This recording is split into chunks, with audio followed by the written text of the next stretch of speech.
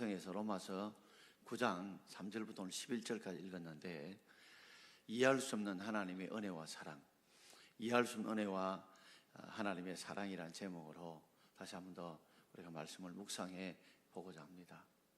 바울이 늘 하나님께서 바울이 주신 고민이 있었습니다. 풀리지 않는 수수께끼가 있었어요.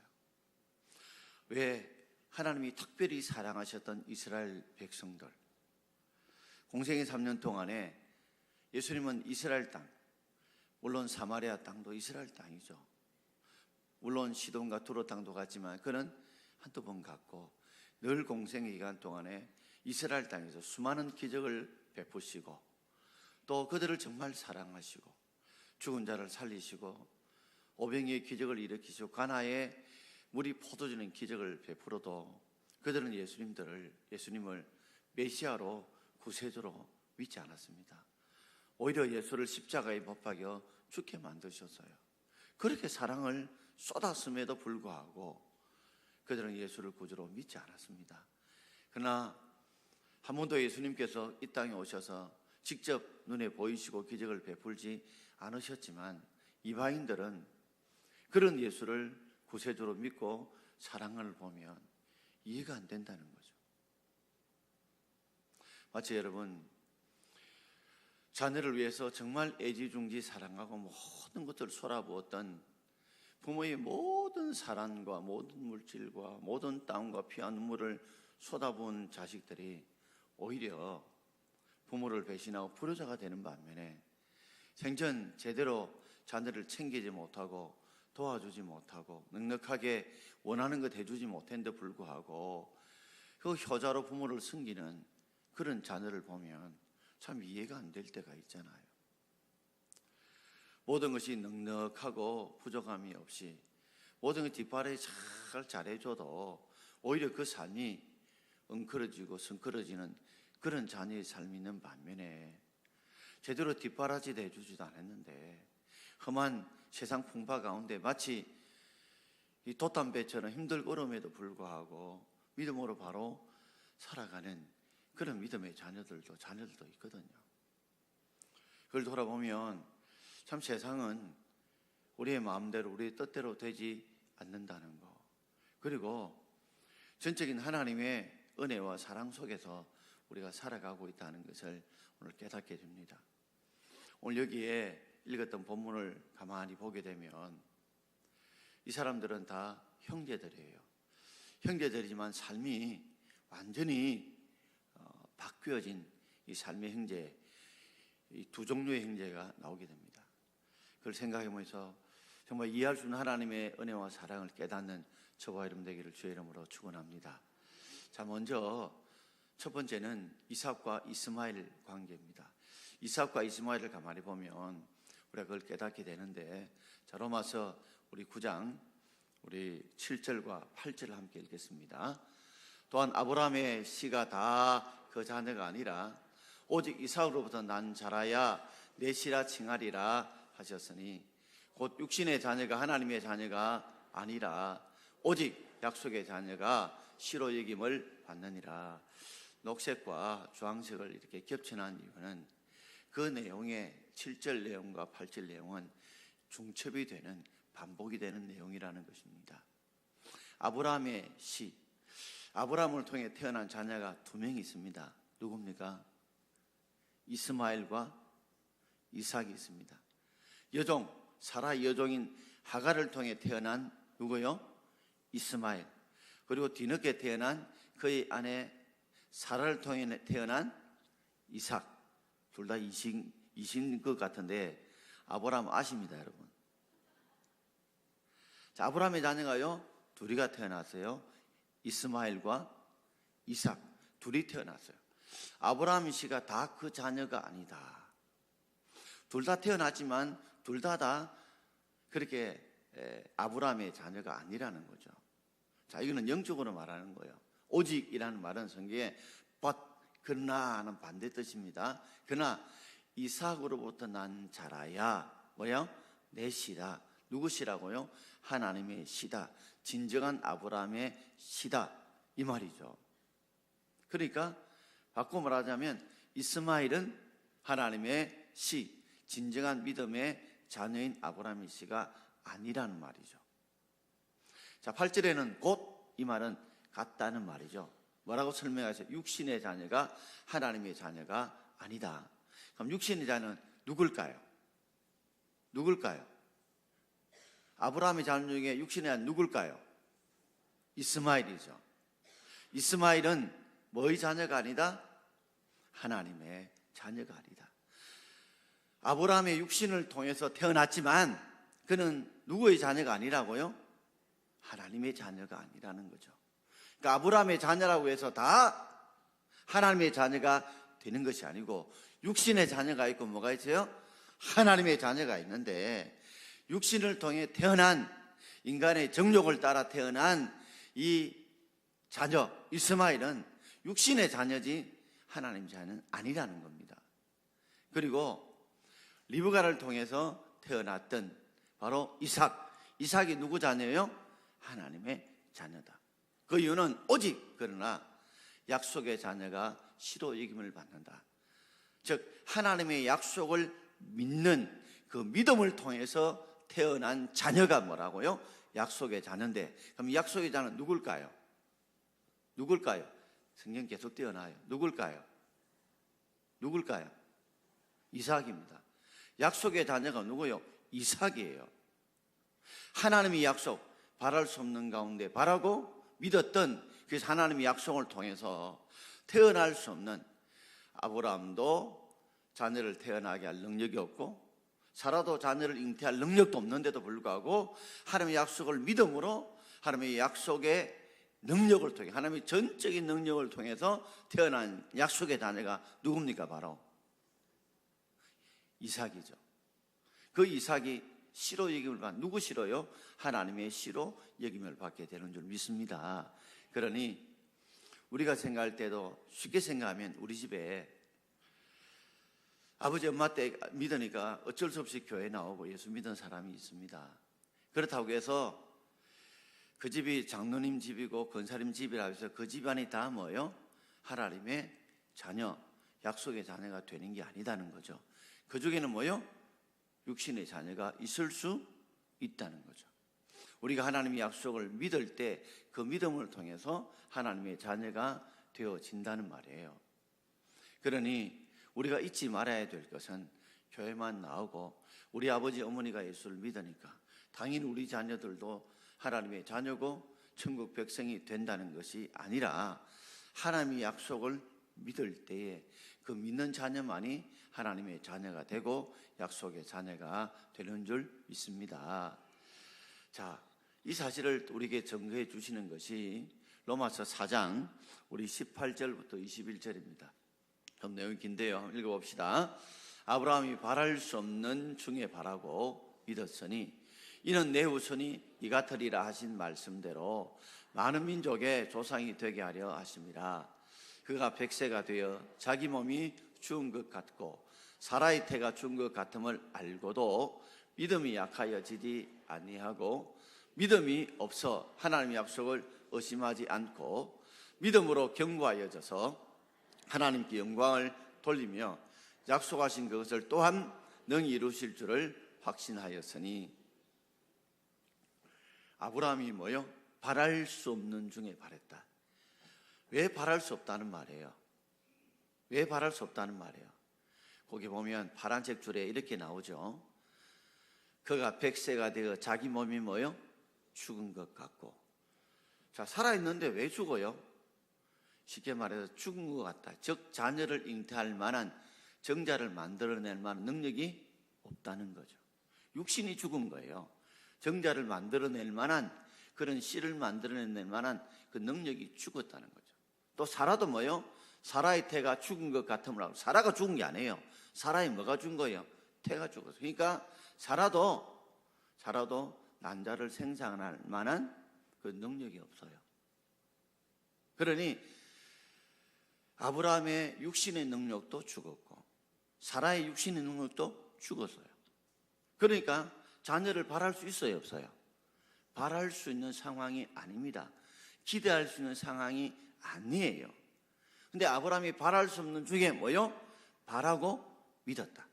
그러면 도저히 인간적으로 보면 이거는 불가능이죠. 그죠? 자, 아브라함도 육신을 잉태할 능력이 없고 사라도 육신을 품을 능력이 없어요. 그런데 도저히 바랄 수 없는 중에 바라고 믿었던 이유가 뭐예요? 그 이유는 바로 하나님의 약속 때문에 그렇습니다.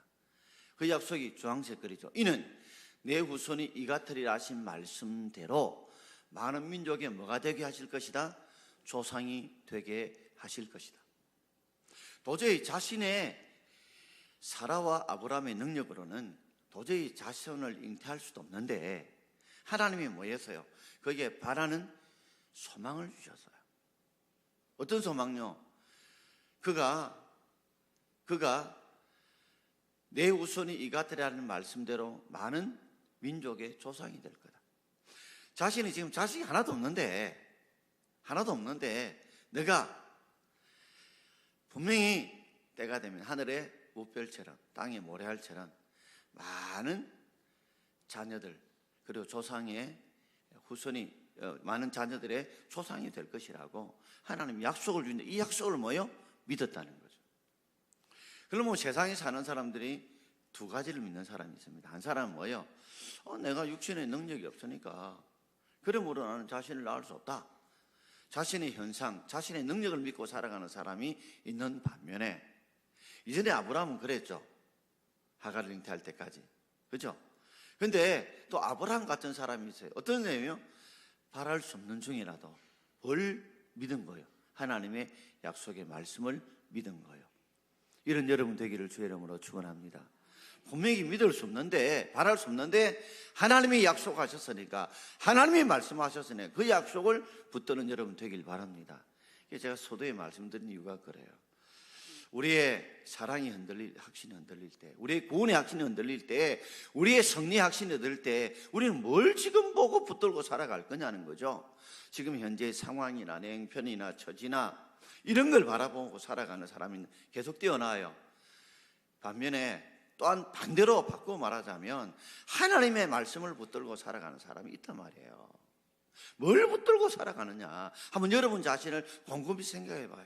내가 오늘 금요기도에 나왔지만 내가 정말 하나님의 약속을 붙들고 살아가는 사람이냐? 아니면 지금 형편과 처지를 따라서 그걸 믿고 따라가는 사람이냐? 그러면서 이 아브라함 믿음이 얼마나 대단한 믿음이었던지 그것도 금방 된 것이 아닙니다. 75세 분명히 주신다고 했죠. 그렇지만 그가 도저히 끝까지 믿지 못해서 86세에 11년 만에 뭐예요? 육신적인 행동을 통해서 여종인 하갈을 취해가지고 이스마엘을 낳은 거 아니에요. 사라가 여종을 줬다 할 때는 얼마나 아브라함이요 바가지를 박박 긁었으면 그죠? 본처인 사라가 여종을 줬겠습니까? 그래서 세상에 있는 걸 붙들고 살다가 이걸 실패하고 나니까 이것이 정말 내가 붙들고 살 것이 아니고 하나님의 약속을 붙들고 살아야 된다를 깨달아서 자 바른 걸 보세요. 그가 몇 세가 되어서요? 100세가 되어 자기 몸에 죽은 것 같고 사라의 때가 죽은 것 같음을 알고도 알았어요. 그러니까 이성적으로는 그죠? 논리적으로는 도저히 우리가 뭐요? 약속의 자녀를 낳을 수 없다는 걸 알았어요. 거기서 뛰어넘었어요. 그걸 이렇게 표현하고 있어요. 믿음이 뭐요? 약해지지 않았다. 믿음이 약해지지 않았다. 여러분, 우리가 우리 자녀들을 보고 우리가 기도하는 그리고 우리가 삶을 보고 우리의 여러 가지 형편과 주위 상황들을 보면 이건 도저히 안 될 것 같다. 이건 도저히 안 된다. 이건 불가능하다. 이거는 내 능력도 안 되고 우리 아버지 능력도 안 되고 우리 형제의 능력도 안 되고 이건 누구 능력 가지고도 안 된다. 이걸 알고도 25년 동안 시련과 역경을 겪었던 아브라함은 한 단계 믿음이 성숙했어요. 정말 믿음의 조상답게 그 가운데도 알고도 뭐가 약해지지 않았어요? 믿음이 약해지지 않았어요. 보통 사람 이렇게 되면 뭐가 약해진다는 말이에요? 믿음이 약해지게 돼 있어요. 견디다 참다 기도하다가 매달리다가 아이고 이제는 더 이상 안 되는 것 같다. 믿음이 약해지는데도 불구하고 뭐요? 약해지지 않아요. 한 번 더 강조해요. 뭐라고요? 믿음이 없어서. 믿음이 없어서. 하나님의 약속을 뭐하지 않았다? 의심하지 않았다. 한 번 더 강조해요. 이런 상황이면 믿음이 없어진다고요. 당연히 뭐가 들어요? 의심이 들어요. 그죠? 그렇게 기도하고 그렇게 구했는데도 불구하고 자녀가 바뀌지 않고 내 성격이 안 바뀌고 내 습관이 안 바뀌고 내 말투가 안 바뀌고 내 삶의 패턴이 안 바뀌고 하나님의 응답이 이루어지지 않고 가족이 구원되지 않고 이걸 보면 믿음이 없어지게 돼 있어요. 그리고 뭐가 들게 돼 있어요? 의심이 들게 돼 있어요. 그런데요, 알고도 아브라함이 뭐요? 믿음이 없어지지도 않고 의심도 들지 않았다는 거죠. 그러면서 한 번 더 이제 마지막 세 번째 강조에 뭐라고 강조해요? 믿음으로 뭐요? 오히려 견고해졌다. 믿음이 견고해져서 하나님의 영광을 뭐요? 돌리는 거예요. 하나님, 그렇습니다. 나와 내 아내는 도저히 자녀를 잉태하지 못합니다. 그러나 하나님은 하실 수 있습니다. 하나님은 전능하십니다. 그래서 누구한테 영광을 드는 거예요? 오직 하나님이 하실 일이라고 영광을 돌리면서 약속하신 것을 또한 그냥 이루는 것이 아니에요. 뭐요? 능히 이루실 줄을 뭐 했다고요? 확신했다. 이런 믿음이 있기를 주의 이름으로 축원합니다. 오히려 이런 상황에도 여러분 더 믿음이 견고해져서 약속하신 것을 능히 이루실 것을 뭐요? 확신하는 그다음에 믿음의 단계로 나아갈 수 있는 저와 여러분 되기를 주의 이름으로 축원합니다. 이것이 오늘 믿음의 조상 아브라함이 된 거죠. 그러므로 우리가 구원받았던 것은 바로 왜 이삭의 자녀가 바로 믿음의 자녀냐면 하나님의 자녀가 되는 것은 육신으로 태어나는 게 아니에요. 뭐요? 믿음으로 하나님의 자녀가 되는 줄 믿습니다. 그러므로 이삭은 엄밀히 말하자면 뭐요? 아브라함의 능력과 사라의 능력으로 태어난 게 아니고 누구 능력으로? 하나님의 능력으로 태어난, 그러므로 하나님의 뭐요? 자녀입니다.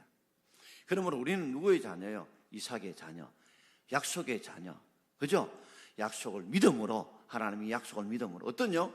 예수님이 우리의 구세주인 것을 믿음, 그 믿음을 통해서 우리가 하나님의 자녀가 되는 줄 믿습니다.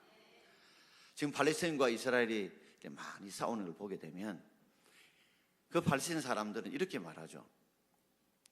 우리 조상은 이스마엘이다. 그럼 우리 아버지는 아브라함이다. 우리가 이스라엘의 형님뻘이다, 형님뻘. 그런데 성경은 그렇게 말하고자 하지 않습니다. 누구에서 태어났느냐가 중요한 것이 아니라, 누구에 태어난 것이 중요한 것이 아니라, 누구에게 하나님의 약속이 있느냐가 중요한 줄 믿습니다.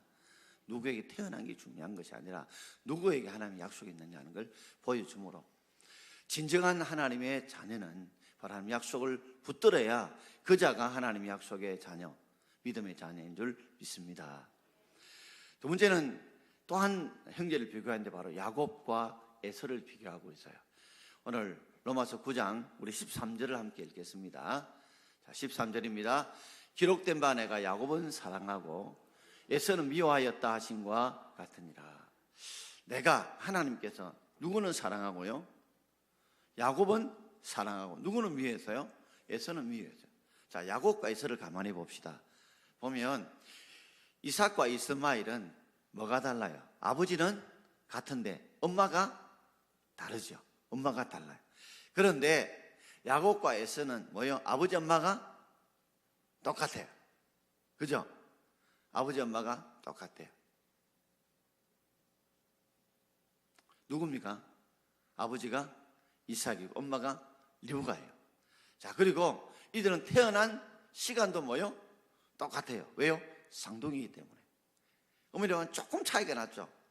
형 에서가 먼저 나오고 야곱이 뒷발꿈치를 잡고 태어났을 뿐이에요. 그럼에도 불구하고 하나는 택함을 받았고 하나는 택함을 받지 못했습니다. 자, 우리 11절 말씀을 함께 읽겠습니다. 자, 건너뛰어서 11절 말씀 함께 읽겠습니다. 그 자식들이 아직 나지도 아니하고 무슨 선이나 악을 행하지 아니한 때에 택하심을 따라 되는 하나님의 뜻이 행위로 말미암지 않고 오직 부르시는 이에게로 말미암아 서게 하려 하사. 그 자식들이 누굽니까? 바로 야곱과 에서죠. 이 야곱과 에서, 즉 이삭을 통해 태어난 야곱과 에서가 아직도 나지도 아니하고 아직도 태어나지도 아니하고, 그리고 태어나서 뭐요? 무슨 선이나 악을 행하지 아니하는 때에, 자, 아이들이 이제 태어나지도 않는데 하나님 누구를 사랑했어요? 야곱은 사랑하고 에서는 사랑 안 해놨어요. 태어나기 전에. 그리고 그들이 태어나서 무슨 선이나 악을 행하지 않은 그때 택하심을 따라 되는 하나님의 뜻. 그러니까 하나님의 뜻은요, 하나님의 전적인 택하심을 따라 되는 줄 믿습니다. 오늘 우리 삶이 여러분의 뜻대로 되는 게 아니에요. 하나님의 뜻대로 될 줄 믿습니다. 여러분이 생각하는 것이 가장 베스트가 아닙니다. 시편 23편 보세요. 하나님이 뭐요? 우리를 푸른 초장에, 푸른 풀밭에 누이시고 실만한 물가로 인도하시는도다 하면서 우리를요, 내 영혼을 소생시키시고 그 다음에요, 자기 이름을 위하여 의의 길로 인도하십니다. 내 이름을 위해서 의의 길로 인도하는 것이 아니라 우리 하나님의 이름, 하나님의 영광을 위해서 의의 길로 인도하시지 우리가 원하고 기뻐하는 길로 인도 안 합니다. 그러다 보니까 종종 우리의 삶을 곰곰이 보면 정말 가장 이 길이 제일 좋은 길이라 싶을 때가 있어요. 근데 하나님이 정말 엉뚱한 길로 보낼 때가 있거든요. 그 보내는 이유가 뭘까요? 바로 여러분의 이름을 영화롭게 하는 게 아니라 하나님 이름을 영화롭게 하시기 위해서 하나님이 우리가 생각하지 못한 길로 보내실 때가 있단 말이에요. 바울이 로마에 가고 싶었어요. 근데 하나님 어떻게 보냈어요? 죄서의 몸으로 가게 만드셨어요. 바울은 절대 그렇게 가고 싶지 않았어요. 그걸 통해 하나님의 영광을 드러내고 싶었어요. 하나님께서. 바울은 육체의 가시를 가지고 싶지 않았어요. 그것을 갖다가 하나님 보내준 것이라 생각하지 않고 사단의 사자, 사단의 심부름꾼이라 했거든요. 그런데 하나님이 바울에게 육체의 가시를 준 이유가 뭘까요? 바로 하나님의 이름을 거룩히 여김 받도록, 하나님의 이름이 영광 받도록 하기 위해서 그게 뭐요? 그가 원치 않은 사단의 가시인 육체의 가시를 심어주신 것이거든요.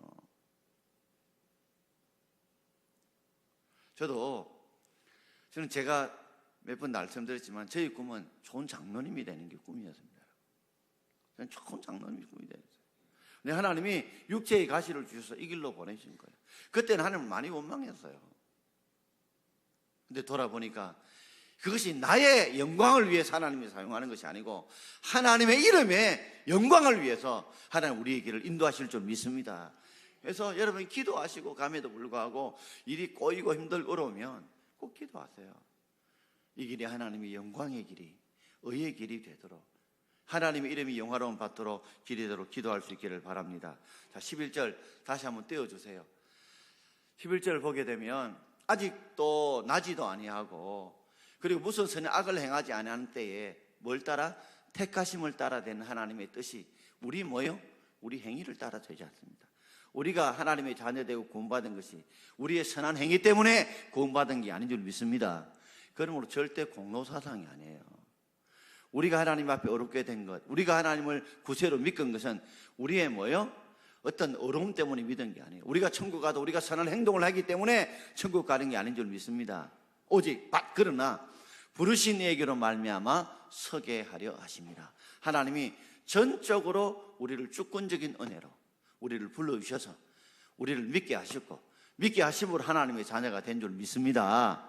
그러므로 내가 뭔가 선한 것을 해서 내가 뭔가를 믿어서 내가 구원받았고 내가 하나님의 자녀가 되고 천국 가는 게 아니라 하나님의 전적인 사랑 때문에 우리가 하나님의 자녀가 되고 우리가 구원받은 줄 믿습니다.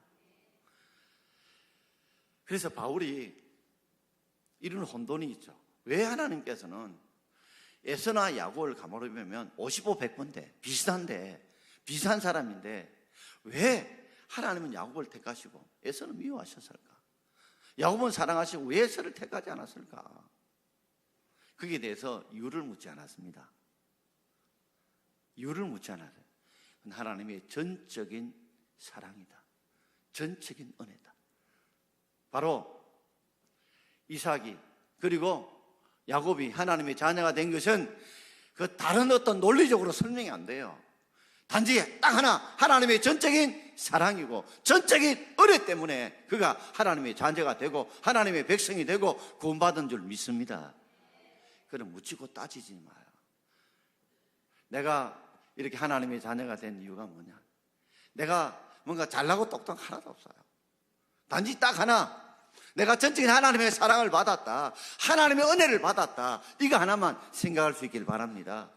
내 삶을 돌아보면 지금 내 삶을 사는 길이 너무 힘들고 어렵고 초라하고 비참하고 힘들고 고통스럽다 할지라도 내가 이렇게 예수 믿게 되고 하나님의 자녀 된 걸 보면 하나님이 전적으로 나를 사랑하시고 나를 택해 주셨던 하나님의 뜻 가운데서 내가 구원받았고 하나님의 자녀가 되었고 하나님의 백성이 되었다는 이 사실을 분명히 붙들고 살아갈 수 있는 저와 여러분 되길 바랍니다. 정말 이걸 지금 오늘 로마서 9장에서 바울이 말씀하고자 하는 거예요. 저는 이 말씀이 제게 이런 깨달음을 옵니다. 아무리 상황과 형편이 어렵고 힘든다 할지라도 송 목사야, 나는 여전히 너를 사랑했다. 너를 사랑하고 있다. 그건 뭐 상황에 따라서 하나님 나를 더 사랑한 덜 생각하지 말고 여전히 나는 상황과 상관없이 내가 너를 사랑한다는 거 잊지 말라. 누가복음 15장에 보면 둘째 아들 당자를 가만히 보십시오. 그렇게 아버지 재산을 바라고 허랑방탕하게 그저 장녀들과 놀아나서 다 당전해도 역시 둘째 아들은 하나님의 자녀, 아버지의 자녀. 그게 흔들리지 말아야 돼요. 그것이 흔들리지 말아야 돼요. 우리는 형편과 처지를 따라서 하나님의 사랑이 흔들리고 하나님의 구원이 흔들리고 우리의 성격 흔들릴 때가 있어요. 그러나 하나님 여전히 우리를 사랑하시고 그 사랑할 수 있는 만 우리가 넉넉히 이길 줄 믿습니다. 저는 그래서 이 말씀이, 이 찬송이 생각나요. 찬송가 410장의 1절에 보면 뭐라고 해요? 하나님의 은혜로 있을 데 없는 자 왜 구속하여 주는지 난 알 수 없도다. 이해가 안 돼요. 이걸 부르면서 무슨 생각나요? 전적인 하나님의 은혜로 사랑으로 내가 구속 구원함을 받았구나. 구속 구원함을 받았구나. 이걸 깨달을 수 있는 저와 여러분 되기를 주의 이름으로 축원합니다. 말씀 마무리하고자 합니다. 오늘 새벽에 기도하면서 이사야 53장 5절과 6절이 생각이 났어요. 우리 같이 한번 읽어볼까요? 그가 찔림은 우리의 허물 때문이요 그가 상함은 우리의 죄악 때문이라. 그가 징계를 받음으로 우리가 평화를 누리고 그가 재치게 맞음으로 우리가 나음을 받았도다. 우리는 다 양 같아서 그릇 행하여 각기 그늘 여호와께서는 우리 모두의 죄악을 그에게 담당시키셨도다. 오늘 새벽에 기도하는데 이 본문을 설교를 준비하고 기도하는 중에 이사야 53장 5절 6절 말씀이 갑자기 생각이 나더라고요. 우리는 다 모여 양 같아서 다 양 같아서 그릇 행하여 각기 모여 제 길로 갔는데 여호와께 우리 모두의 모여 죄악을 누구한테요? 그에게 어떻게 해요? 담당시키셨도다. 허물과 죄 많은 우리들인데 예수님이 십자가에 죽으신 이유는요, 전 늘 십자가 생각하면 이렇게 생각합니다. 예수님이 왜 십자가에 못 박혀 죽으셔야 됐나? 예수님 죄 때문에 못 박혀 죽으셔야 됐나? 여러분, 십자가 보면서 예수님 죄 때문에 예수님이 십자가에 못 박혀 죽으셨습니까? 그렇다면 누구 죄 때문에 못 박혀 죽으신 거야? 바로 우리의 모든 허물을 그에게 모여 누가요? 여호와께서 우리의 모든 죄악을 그에게 모여 다 담당해서 뒤집으시옵소서. 각기 제 길로 갈 수밖에 없는. 그래서 그가 찔림은 우리의 뭐 때문이고? 허물 때문이고. 그가 상하면요, 십자가에 창 찔리고 그리고 그가 채찍맞아 상했던 것은 우리의 뭐 때문에요? 죄악 때문에. 그러니까 예수님이 죽으신 것은 바로 우리의 허물고 죄악 때문인데, 그가 뭘 맞음으로? 여호와께 다 뒤집어 씌우시고, 그래서 우리 죄를 대신 징계를 받음으로 우리가 뭐요? 하나님과의 평화를 누리고 화평을 누리고, 그가 채찍이 말함으로 우리가 뭘 입었다? 나음을 입은 줄 믿습니다. 저는 십자가 생각하면 하나님의 사랑을 깨닫습니다. 우리는 좀 형편이 나아지고 뭐 조건이 나아지고 상황이 잘 되고 기도 응답이 잘 되면 하나님 우리를 엄청 사랑한 것 같고, 일이 안 풀리고 꼬이고 힘들면 하나님 우리를 사랑하지 않은 것 같지만 절대 그러지 않습니다. 사람이 그렇게 생각하는 거예요. 사람이 그렇게 생각하는 거예요. 사람들은 그렇게 생각하시죠? 남편이 돈 많이 갖다 주고 뭐 여러 가지 잘해주면 사랑하는 것 같고, 아내가 좀 덜 해주고 덜 해주면 덜 사랑하는 것 같고, 자식들도 마찬가지죠. 하나님의 사랑은 변하지 않아요.